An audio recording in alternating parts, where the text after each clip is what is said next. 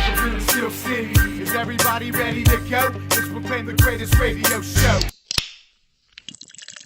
Welcome to our Super Bowl edition of the Spreads Pick Show. I'm your host, Jim Sella, here with Jay Dash. The New England Patriots are taking on the Atlanta Falcons in Houston in Super Bowl 51. Unfortunately, it isn't the Steelers. Here at the Spread, we were really hoping that they would make it.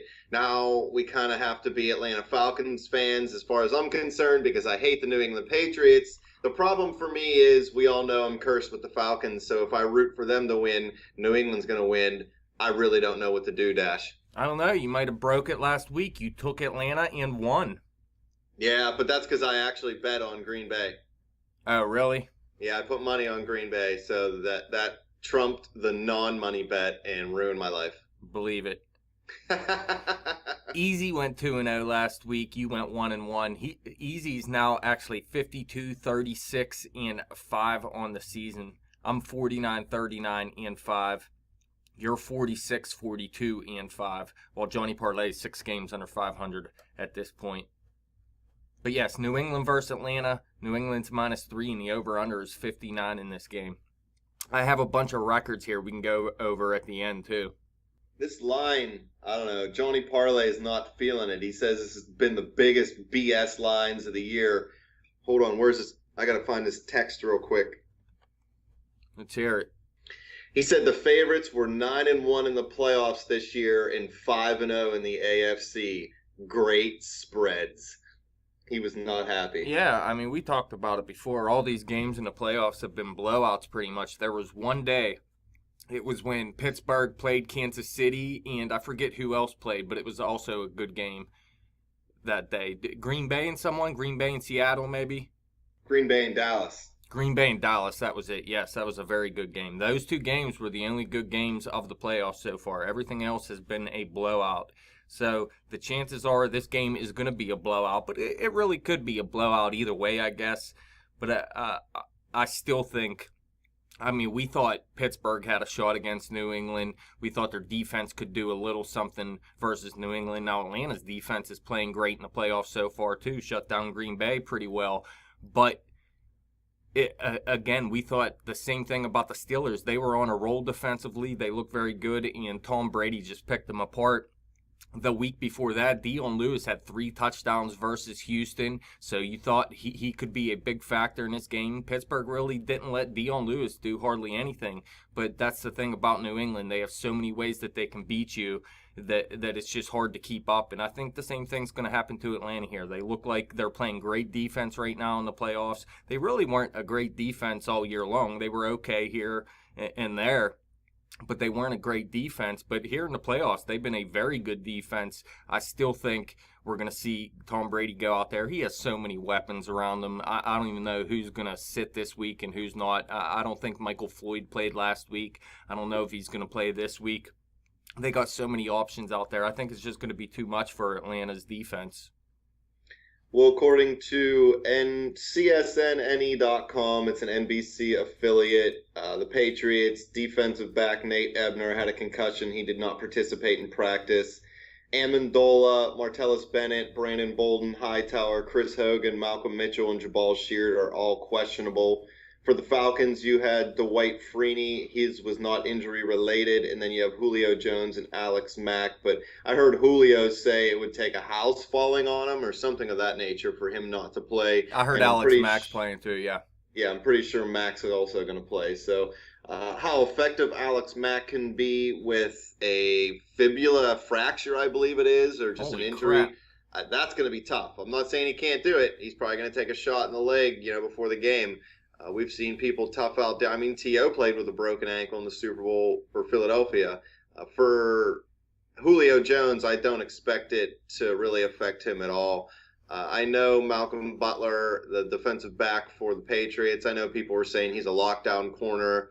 I think he's the best corner on their defense. I think he's a pretty good corner, but Julio Jones, between him and Antonio Brown, I can never tell who's the best receiver in the league, but Julio Jones is doing things that receivers have never done before. Well, if Antonio Brown is running the wrong routes on purpose, I will say Julio Jones is much better. Believe it. But speaking of broken legs, anybody that has not seen the video, type in Greg Jennings broken leg on YouTube. Good stuff. Carried a team on his back, though. Please believe it. But what are you thinking about this game? I don't know. You got Atlanta's high-flying offense. You got New England's number one scoring defense. New England, obviously, they showed that their offense can turn it up against a good defense. I know nationally people were down on the Steelers' defense, but all of us locally understand that the reason Pittsburgh won 9 in a row was because of that defense and how well they played down the stretch. New England always seems to pick Pittsburgh apart. Atlanta, Dan Quinn, the head coach, he's coming from Seattle a few years ago. Seattle's defenses have been tough. They've been able to shut down the pass. The Steelers' defense is always good against a run and maybe struggles a little bit against the pass, at least recently. This Falcons defense, like you said, they're playing well. They've really turned it up. I think they have the right type of offense to keep up with New England. I don't think that they're going to be as stifled as Pittsburgh's offense. Pittsburgh losing Le'Veon Bell was a big shot in the foot. Their offense had really been based around him in those weeks during the winning streak. I think Atlanta with Matt Ryan, Julio Jones, even without Julio Jones, I believe Atlanta was 6-0 this year. So Matt Ryan's really playing at an elite level. He's a candidate for MVP. I could see the Falcons and the Patriots getting into some kind of shootout, honestly, in this game. I hate saying anything against Tom Brady in a Super Bowl, though, because this guy is, 4-2 in Super Bowls? He could be the first quarterback to win 5. He has all the records for a quarterback in the playoffs. I don't know how you really bet against him, but I think it's going to be a really good game, and I think it's going to be an offensive game, even though New England has that number one scoring defense. Well, a big part of that Atlanta offense is that running game as well, with Devontae Freeman and Tevin Coleman in the backfield. Those two guys are playmakers, and Matt Ryan got to get those two involved in the passing game as well this week. But yeah, with one of the best receivers, if not the best receiver in the game, in Julio Jones, they have Mohamed Sanu on the other side. I like that young guy Hooper, that tight end they have as well. So they don't have a ton of weapons like New England does, but they have some serious playmakers. Outside of maybe Dion Lewis for New England, I say Atlanta has more playmakers, but it's just the depth of New England is the difference to me offensively. But as for the New England defense, I mean, they're the best defense in the league when you look at points scored this season. So I still think it's going to be a little bit tough for Atlanta. I don't think it's going to be as easy as it has been throughout the playoffs here. I know they got the high-flying offense. Matt Ryan's having a great season. He might even end up getting MVP. But still, that New England defense has been so good this season. I think it could give Atlanta some trouble. If Devontae Freeman and Tevin Coleman can't get going on the ground, we seen it last week with Pittsburgh. Le'Veon Bell, when he went down, I think he had 20 yards on 6 carries when he went down. So he looked good. He didn't look terrible or anything when he was in there, but he really didn't do anything that huge in those 6 carries. And then D'Angelo Williams got shut down. So I really want to see how Tevin Coleman and Devontae Freeman can run against this New England defense. I think if New England can shut them down, I think it's going to be a little bit too much for Matt Ryan in this game.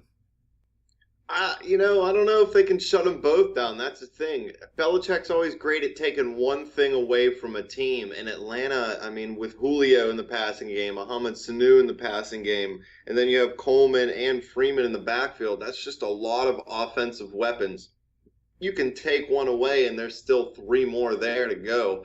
So I think Atlanta, as far as the NFC goes, they may be the best matchup for New England, this season anyway. I thought Green Bay would have been a good matchup too, but really, to me, the best way to beat Tom Brady, people like to say get pressure on him, you got to hit him early, fluster him. Those are great things, and they work, but it's also to control the ball longer than New England. Brady's going to get his chances. He's going to drive down the field to at least get 3. Gostowski's barely ever misses, so you have to keep up with him point-wise, but you also just have to literally limit the chances he gets. Limit them to 6 to 7 possessions a game, less than 70 plays a game. You want to hold the ball for 5 to 10 minutes longer than them in a game. And it all sounds easy, but that defense for New England doesn't make it easy because they're so good But I think Atlanta has the right offense, especially with those two running backs. They can get out on the perimeter and get some extra yardage. And I think if Atlanta can control the ball and control the clock, that gives them the best opportunity to beat New England. New England is known for shutting down an offense's best option. So can they shut down Julio Jones? And if they can shut down Julio, does Atlanta have any type of chance? Yeah, because like I said earlier, they were 6-0 without Julio Jones this year. So if you want to go ahead and take away Julio and Julio kind missed of 6 games let the this other season? parts of the offense run wild, I mean, they can still burn you in other ways. Julio missed 6 games? Yeah. That's surprising to me. I don't remember that. They could go the opposite way with it, too. I mean, you've seen Pittsburgh in the years with Ike Taylor. They let A.J. Green kind of get all kinds of yards, but then shut down the rest of the Cincinnati offense. So New England could kind of let them keep filtering the ball towards Julio, although, keeping a safety over the top, on his side to avoid the big play, but let him keep getting a lot of completions for a lot of yards. But then if they're not doing anything else, you know how quarterbacks sometimes get enamored when their number one receiver's doing good. We've seen it with Ben. If AB starts playing hot, he'll try to force him the ball sometimes. So then you might be able to force Matt Ryan into a mistake and take advantage of that defensively. I think the most important thing Atlanta has to do in this game, and again, I'm going to go back to last week, New England versus Pittsburgh. The biggest problem with Pittsburgh defensively was not getting to Tom Brady. It's something we said they had to do if they wanted to beat him, and it's something they really didn't do. I think they got to him twice, but not in big situations. I think Atlanta, Vic Beasley out there, I think they're going to have to find a way to get to Tom Brady, because if you let him have time back there, he obviously showed last week that he will just pick you apart, and he doesn't even need all his weapons. Like I mentioned, Dion Lewis wasn't even really a factor in that game, and really he's their biggest playmaker. So if you don't get the pressure on Tom Brady, he is just going to pick you apart. So I think that is the most important thing Atlanta has to do defensively in this game, and I don't know if they're going to be able to get it done, man. I'm going to say New England covers this -3. Actually, you are saying it as well, and Johnny Parlay is going to say it. Easy is the only one that's going to say Atlanta in this game. Dash, you talked about the Steelers, in their pass rush against Brady or lack of pass rush. It's hard when you rush Brady if you're not actually getting there. I have a little bit of stats here in front of me. Tom Brady versus the Steelers pass rush in that game. When the Steelers sent a 3-man rush, they were able to get 1 sack.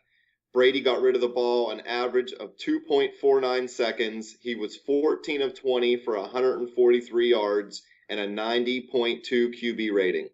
Very good. Versus a 4-man rush, they got to him once.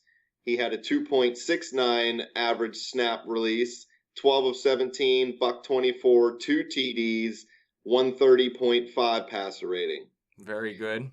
When they sent 5 or more. How many times, do you know?